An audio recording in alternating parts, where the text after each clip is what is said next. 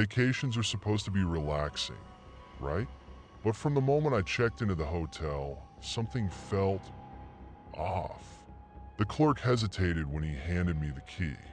Room 713, he said, barely meeting my eyes.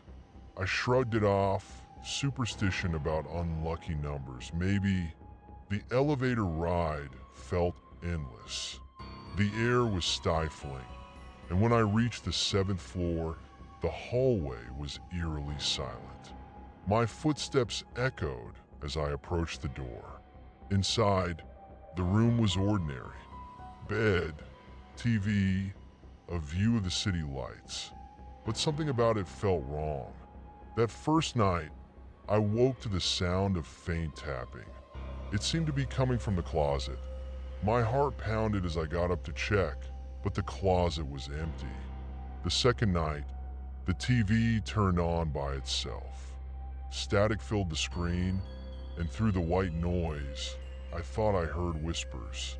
I unplugged it, but the whispers didn't stop. By the third night, I was ready to leave. As I packed, I noticed the mirror on the wall wasn't reflecting the room correctly. In the reflection, the closet door was open. Behind me, it was closed. A chill ran down my spine as I turned to look, and the door creaked open slowly. "Don't leave," a raspy voice whispered from the darkness. I didn't wait to see what was inside. I bolted for the door, but it wouldn't open. The lights flickered, and the whispers grew louder, surrounding me. The last thing I saw was my reflection in the mirror, except it wasn't me. It smiled as the room went black. When the hotel staff found the room the next morning, it was empty. They say no one ever checks into room 713, but someone always leaves.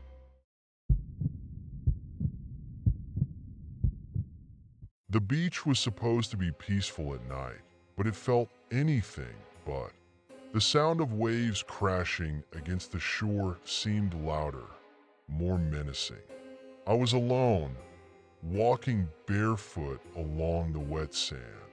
The full moon illuminated the ocean, turning the water into a silvery expanse.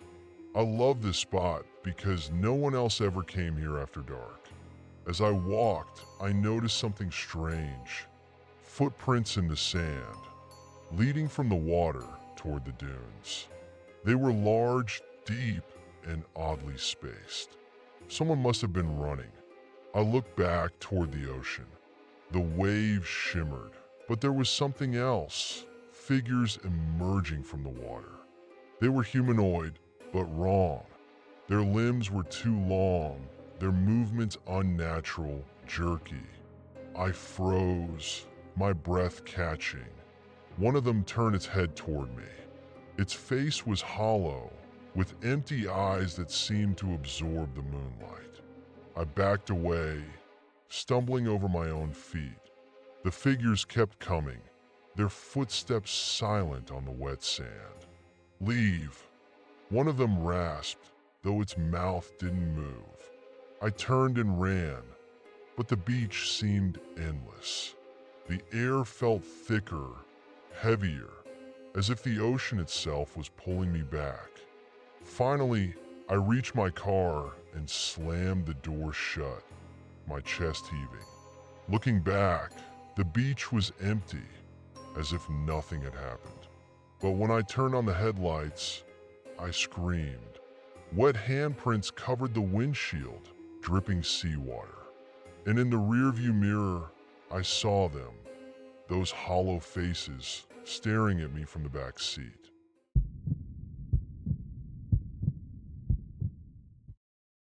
I was thrilled to move into my new house, a fresh start in a quiet neighborhood.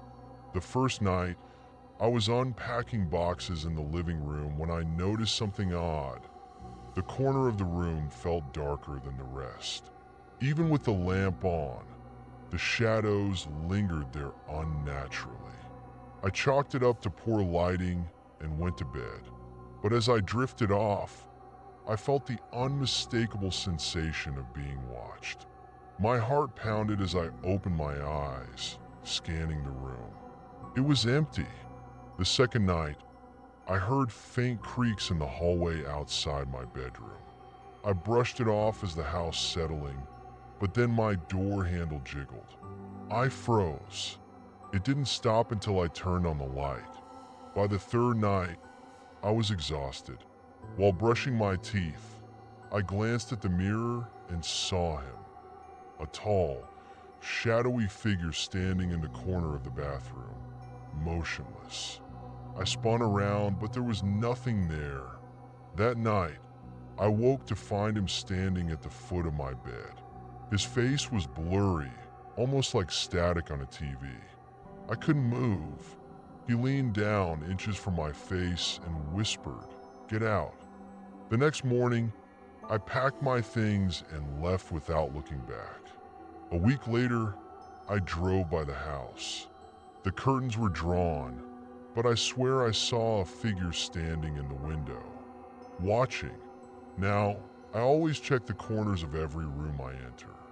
And sometimes, just sometimes, I think I see him, waiting. Working nights at an old asylum wasn't ideal, but I needed the money. The place had a reputation, whispers of hauntings among the staff. But I brushed it off as superstition. On my third night, I was assigned to check on room 117. It hadn't housed a patient in years, yet every shift, it was on the rounds list. I assumed it was an oversight. As I approached the door, the hallway seemed to grow colder. The fluorescent lights overhead buzzed louder, flickering slightly. I hesitated, but protocol was protocol. I knocked gently. Routine check.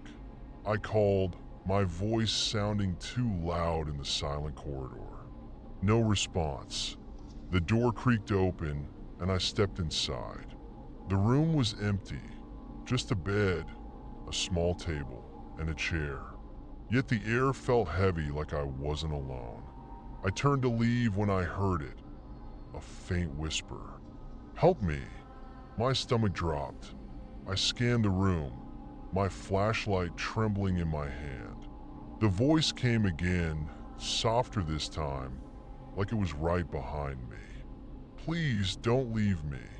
I spun around, but there was no one there. The room suddenly reeked of antiseptic and something metallic, blood. The door slammed shut. I screamed, banging on it, but it wouldn't budge. The whispers grew louder, overlapping until they became a cacophony. "Help me! Don't go!" "Stay." I stumbled backward, tripping over the chair. That's when I saw her, a girl crouched in the corner, her hospital gown tattered and stained. Her eyes were hollow, her face pale and gaunt. "Who are you?" I managed to choke out.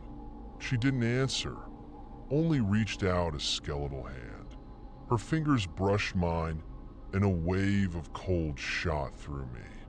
The door burst open, and a security guard rushed in. "What happened?" he demanded. I looked back at the corner, but the girl was gone. The room was as empty as before. Later, I learned the truth. Decades ago, a young patient in 117 had died during an experimental procedure. They'd covered it up, but staff whispered she never left. I quit the next day, but sometimes in the silence of my own home, I still hear her whisper, "Help me."